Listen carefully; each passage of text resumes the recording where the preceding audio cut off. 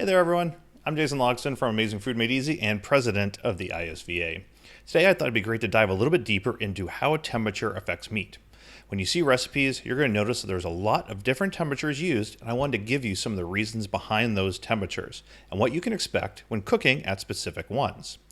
I like to call these the temperature tentpoles. These are the temperatures that you can turn to get in the ballpark of what you're looking to accomplish.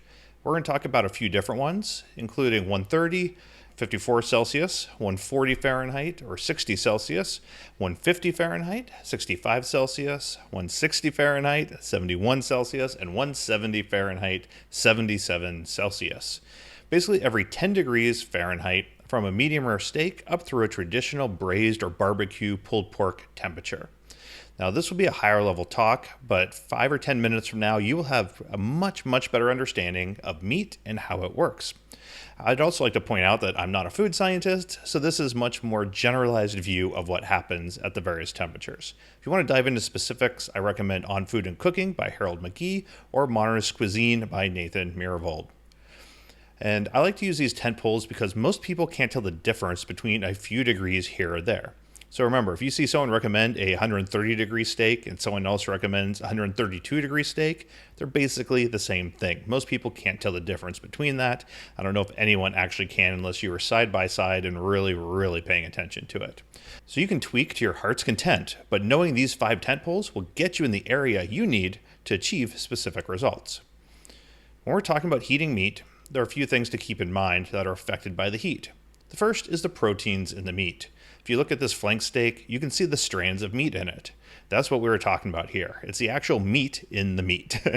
There's also connective tissue. If you look at it, you can see most of the bands of white membranes and stuff in between the strands of meat. It's pretty much the tough stuff that holds meat together, and when things are really chewy, that's usually why. If you spit out gristle, it's some of this stuff. And finally, we have the fat, which can be in the form of marbling in the steak, which is usually pretty good. You also have fat caps or chunks of fat, which depending on the type of fat can be very tasty or it can just be chewy and kind of disgusting. So cooking is all about manipulating these 3 things. In general, the meat proteins hold all the juice in the liquid of the meat. They are basically like little sponges, and the hotter the meat gets, the more juice is squeezed out. The connective tissue is the chewy, tough stuff, but at higher temperatures, some of it can break down and turn into gelatin, which is delicious and adds a luxurious mouthfeel to the food. This is why braises taste juicy, even though a ton of juice is gone from the meat, and they're basically cooked well done. Also, with no connective tissue, the proteins fall apart. So if you picture a pot roast or pulled pork, they are no longer tough or chewy because all the connective tissue between them is gone. And the fat? Well, fat is generally flavor. But some fat is fine at lower temperatures, and other fat really needs to be heated and rendered to break them down. To top it off, different temperatures affect these 3 components differently and at different speeds. And that's why cooking can be confusing, especially with sous vide when you're talking about specific time and temperatures. But this is the reason why we don't just grill a chuck steak, because none of those connective tissues break down, and it's why we don't braise a filet mignon, because there's no connective tissue, so the proteins just dry out for no reason whatsoever. But now you know generally what is happening, so we can dive into our tent poles. We will use a chuck roast as our example, because it works well at pretty much any temperature, and we're going to cook it for 24 hours for most of these examples. But this applies to almost all types of meat, so you can extrapolate what we're talking about here to pork, to lamb, to even some poultry, almost all types of meat. So we're going to start at 130 Fahrenheit, 54 Celsius. And a chuck roast needs to be cooked for about 24 to 48 hours at this temperature to be tender, and it basically comes out like this, the texture of a medium rare steak. It'll be chewy in a good way, have some great bite, and hold together like a great steak should. The proteins are still holding a ton of moisture. You've only lost about 21% of the steak by weight. Just for reference, if you're using a tender cut at 2 hours, you've lost about 10% of the weight in juices, and at 12 hours, you're up to 15%. So at this 24, we've only lost 21%, so most of the juice is still in the steak. Not as much as a short cook, but not too bad at all.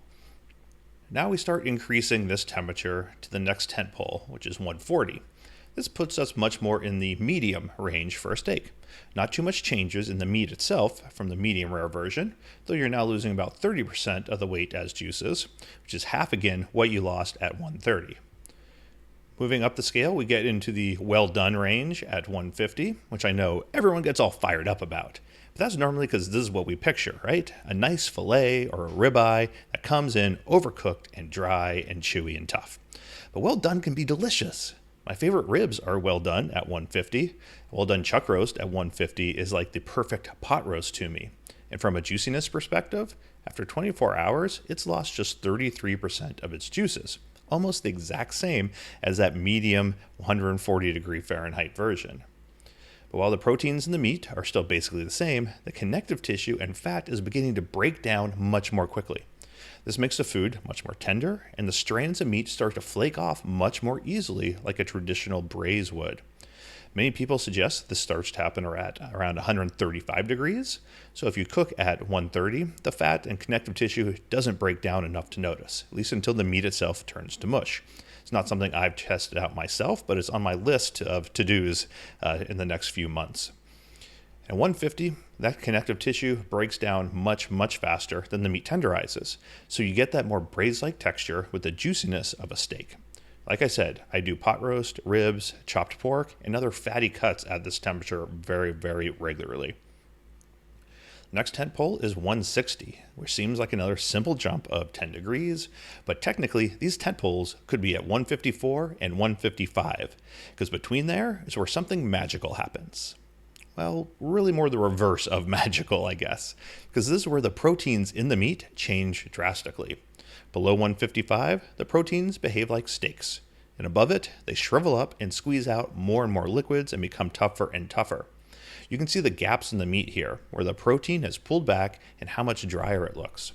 So 160, we're now losing about 37% of the weight in juices. That's about a half cup of juices for a 12-ounce steak. You're losing an entire half cup of juice. So here's a shot of the juices for 130.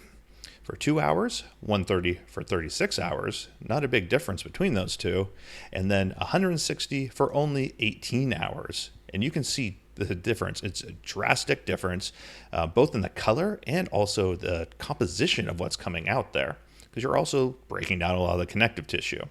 As I mentioned at 150, you can pull apart the meat with some effort, but at 160, you may have trouble keeping it together for long enough to even sear it. And so you can see this in the color and composition of the juices.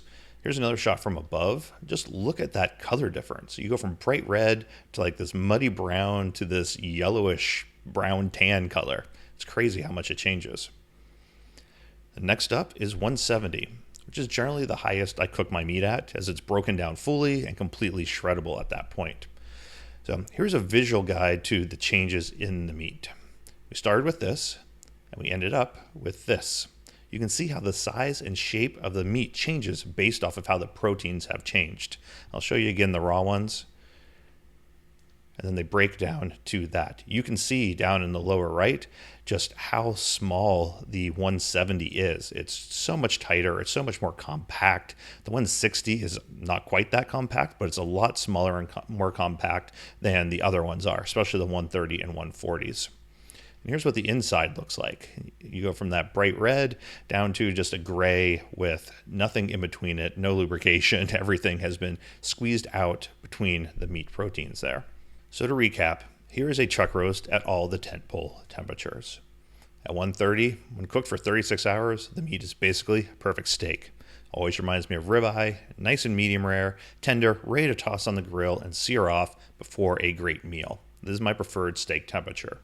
At the far end of the spectrum, we have 170. Here the meat simply falls apart. Even though it was only cooked for 18 hours, half as long, you don't even have a pot roast. It's more of a shredded beef, and you're going to have trouble searing it in pretty much any way you try.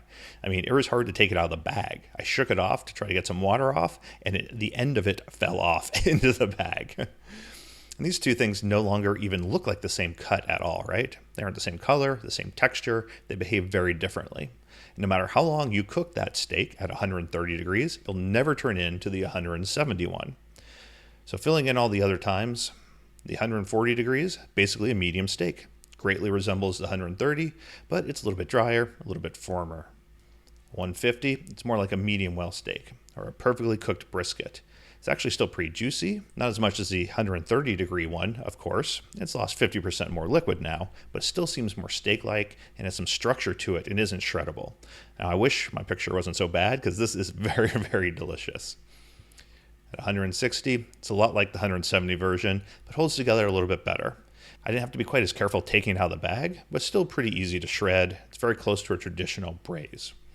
As I said, this is a general overview, and I tried to hit those main tent poles that accomplish most of what we're trying to do. I know there are some people like Cole Wagner from Innova who's doing some things with 180 degrees or 190 degree briskets, especially in the Innova Precision Steam Oven. And other people are experimenting all the time. But as general tent poles, I like to call them 130 for that medium rare steak, 140 for a medium steak, 150 for the perfect braise, 160 starts to fall apart, and 170 fully shreddable. So now when people recommend a certain temperature, you will understand what they're trying to accomplish, and if you prefer a different texture, how you can change it to meet your own needs. If you want more from me, you can go to amazingfoodmadeeasy.com. I also have a free quick start course at afmeasy.com/quickstart. I have several cookbooks. I have time and temperature charts where you can get more information if you want to know how long and what temperatures I recommend for most cuts. And I have a very active Exploring Sous Vide Facebook group, which I know many of you are in. You can check that out at afmeasy.com/Facebook. Till next time, I'm Jason Logston.